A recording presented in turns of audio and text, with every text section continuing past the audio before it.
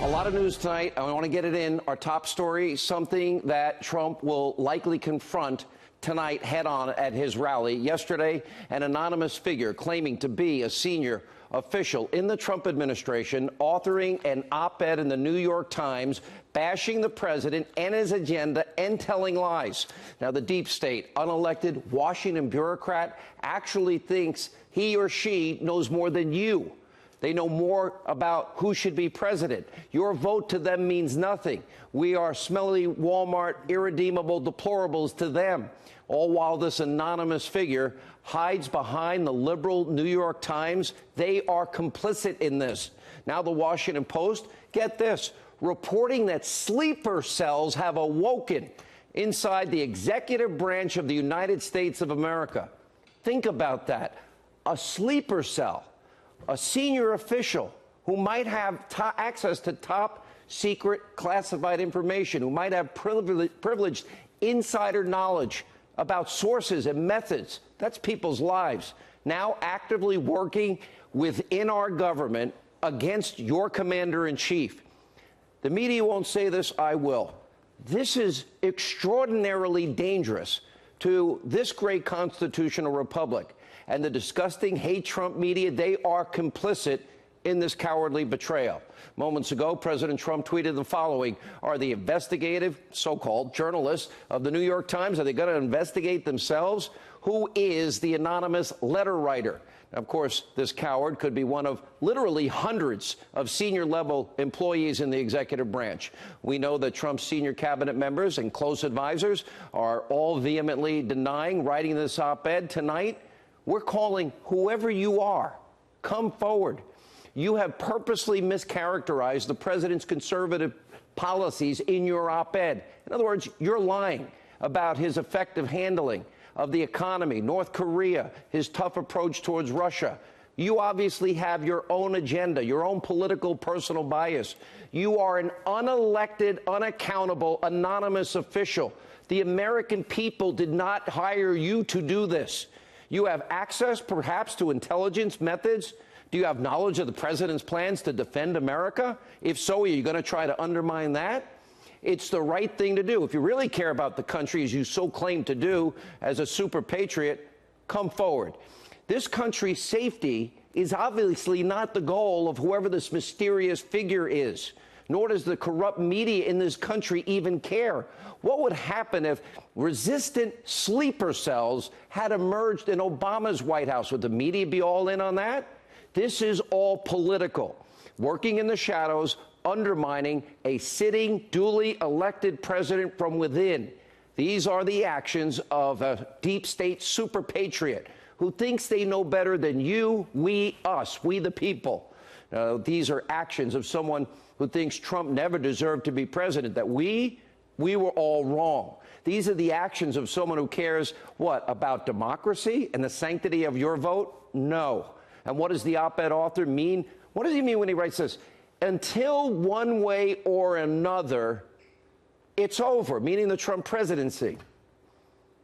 Is that a threat to the president of the United States, one way or another? What does that mean? Because that can be interpreted as a threat to the president. I hope the Secret Service is looking.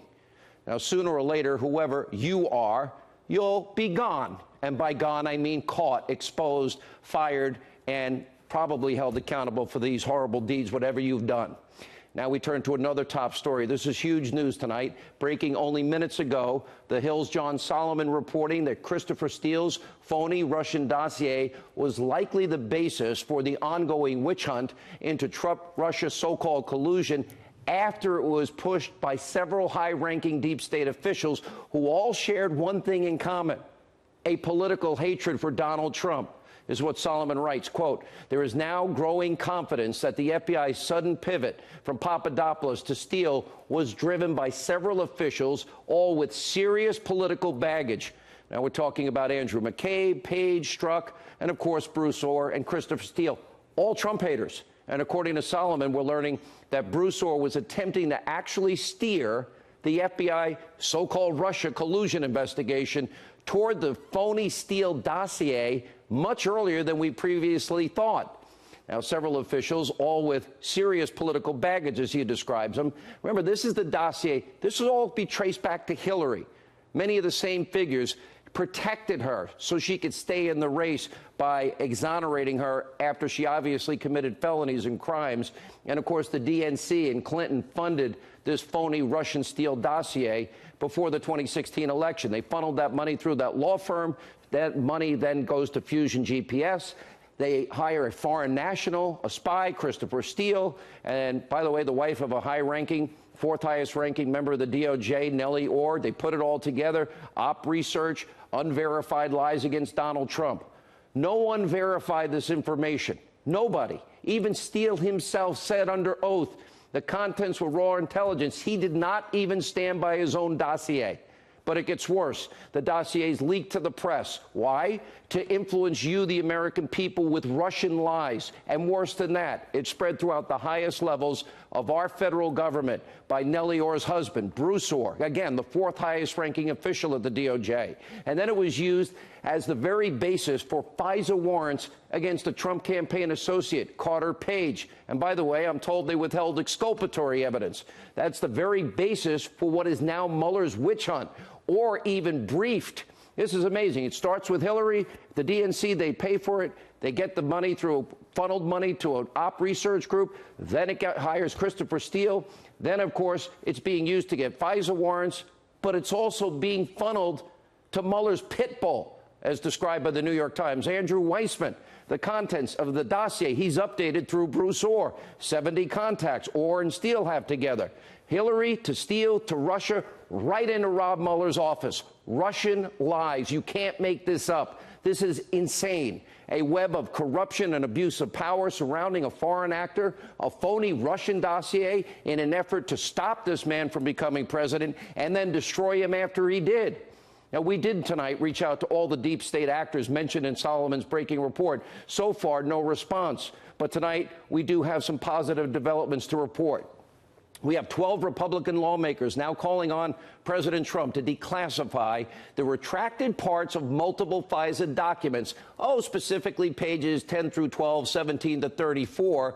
That could be released as early as tomorrow or next week. And lawmakers now believe that this retracted information, along with 302s and the Gang of Eight, can explain and might have exculpatory evidence on Carter Page and other important information out of the Steele dossier, how a fraud was committed on a court, and how an attempt to sabotage a sitting president.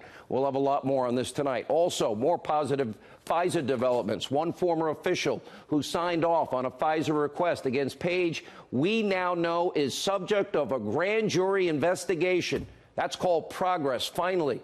Former FBI Deputy Director Andrew McCabe fired for lying, and now he may face serious legal issues. And my guess is this grand jury we now have confirmed is convened will look at everyone who committed a fraud on the FISA court, who signed off on the unverified, uncorroborated, phony Russian Clinton paid-for dossier, and the lies by omission, like not telling the court, even though they knew it, that Hillary paid for it all. Andrew McCabe's attorney responding to us tonight, brushing it off as nothing more than, the standard procedure. We all know better. This is why elections matter. If elected, 61 days, Democrats, they will obstruct the president's effort to drain the swamp. And just like they're trying in vain to obstruct the nomination of Judge Kavanaugh. And today, New Jersey Senator, likely presidential hopeful, Cory Booker, he headlined the Democrats' pathetic political grandstanding, threatening to break Senate rules, release confidential documents about Kavanaugh to the general public. Our own Shannon Breen and others reporting, however, the documents, they had previously been released. And not only that, Cory Booker was told they were released.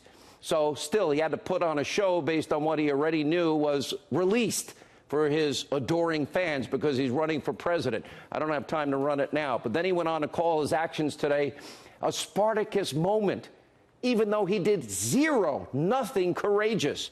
He broke no rules. He faced no consequences, just a blatant play to his base so he can run for president in 2020. But in Booker's mind, he rose to the level of a Roman gladiator, risking it all for a cause, calling himself a hero for doing absolutely nothing. It's like Colin Kaepernick going 1-11. And then after that, of course, saying, the NFL's unfair to me.